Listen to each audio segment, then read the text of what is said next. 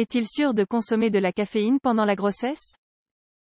Est-il bon de consommer de la caféine pendant la grossesse? Découvrez ici s'il est sûr ou non de boire du café et de consommer des aliments qui contiennent de la caféine pendant la grossesse. Une fois enceinte, les premiers doutes qui surgissent concernent généralement l'alimentation pendant la grossesse. Parmi ces doutes, figure celui qui concerne la caféine. Nombreuses sont les femmes qui se demandent s'il est sûr ou non de consommer de la caféine pendant la grossesse. Il existe de nombreux mythes et de recommandations autour de ce sujet. Ces mythes sont-ils réellement fondés? Dans la suite de cet article, nous vous présentons les dernières recherches réalisées sur le sujet. La caféine pendant la grossesse. La plupart d'entre nous boivent du café le matin et continuent d'en boire au cours de la journée. Néanmoins, saviez-vous que la caféine est présente dans d'autres boissons et certains aliments? Certaines boissons rafraîchissantes, le chocolat, les boissons énergétiques, certaines infusions comme le maté ou le thé et même certains médicaments contiennent de la caféine. Vous devez donc tenir compte de tous ces produits alimentaires à l'heure de calculer votre consommation journalière de caféine. Mythes et vérités.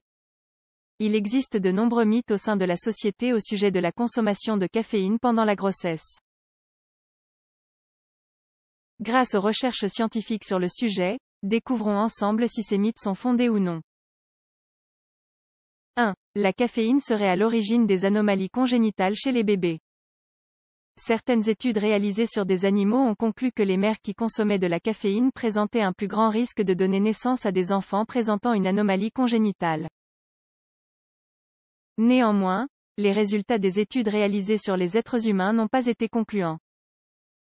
Une étude datant de 2011 a analysé le lien entre la consommation de caféine pendant la grossesse et la présence d'anomalies congénitales. Des anomalies telles que l'atrésie de l'œsophage, la microtie, la craniosynostose, l'hernie diaphragmatique, l'omphalocèle et le laparoschisis. Bien que les chercheurs aient constaté une légère élévation du risque de la présence d'une telle anomalie chez les femmes qui avaient consommé de la caféine pendant la grossesse, les résultats n'ont pas suffisamment été convaincants. Il est donc nécessaire de poursuivre les recherches sur ce lien. 2. Si vous buvez de la caféine pendant la grossesse, il se pourrait que l'enfant ait un faible poids à sa naissance. En 2014, des chercheurs ont analysé en profondeur 13 études déjà existantes afin de déterminer s'il existe réellement un lien entre la consommation de caféine pendant la grossesse et le faible poids d'un bébé à la naissance, moins de 2,5 kg. Les résultats ont montré qu'une consommation de caféine élevée est associée à un plus grand risque que l'enfant naisse avec un faible poids. Pour cette raison, il est recommandé de minimiser sa consommation de caféine. 3. La caféine pourrait provoquer un avortement spontané. Des chercheurs ont analysé 28 études afin de déterminer s'il existe réellement un lien entre la consommation de caféine et les avortements spontanés. Les résultats ont suggéré qu'il existe bien une relation entre ces deux facteurs. Pour chaque augmentation de 150 mg par jour, le risque augmenterait de 19%. 4. La caféine passerait à travers le placenta et pourrait ainsi affecter le bébé. Différentes études ont confirmé cette légende urbaine. Si la mère consomme de la caféine, le bébé en consomme également via le placenta. Comme vous le savez sans doute, la caféine est un stimulant qui peut provoquer des insomnies et d'autres désagréments. Si vous ingérez de la caféine, votre enfant en ingère donc également et peut alors entrer dans une phase d'hyperactivité qui l'empêchera dormir, ce qui vous empêchera également de dormir. Pour cette raison, les femmes enceintes doivent limiter leur consommation de caféine.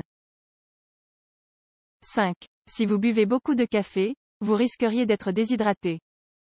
La caféine présente dans le café, le thé et d'autres boissons, ainsi que dans certains aliments, est diurétique. Par conséquent, elle augmente la fréquence d'émiction. Les personnes qui boivent beaucoup de caféine ont un plus grand risque de souffrir de déshydratation, l'une des complications les plus graves pendant la grossesse. 6. Une consommation de caféine régulière provoquerait un accouchement prématuré. Si vous avez déjà entendu cette phrase à un moment donné, sachez qu'elle n'est pas tellement fausse. Néanmoins, cette affirmation se vérifie lorsque l'ingestion de caféine est réellement élevée. The American College of Obstetricians Gynécologistes, ACOG, indique qu'une consommation élevée, plus de 200 mg par jour, augmente le risque d'un accouchement prématuré. En somme, à l'heure actuelle, il n'existe pas suffisamment de données concluantes pour affirmer que la consommation de caféine pendant la grossesse est sûre pour le bébé. Néanmoins, on considère généralement qu'une consommation modérée, à savoir moins de 300 mg par jour, ne devrait pas provoquer de complications. Pour les mères qui ne peuvent pas éviter la consommation de caféine pendant la grossesse, soit parce qu'elles sont habituées à boire beaucoup de café, soit parce que le café fait partie de leurs envies de femmes enceintes, l'Organisation mondiale de la santé leur recommande d'au moins modérer leur consommation. Au moindre doute sur le sujet, n'hésitez pas à en parler à votre médecin.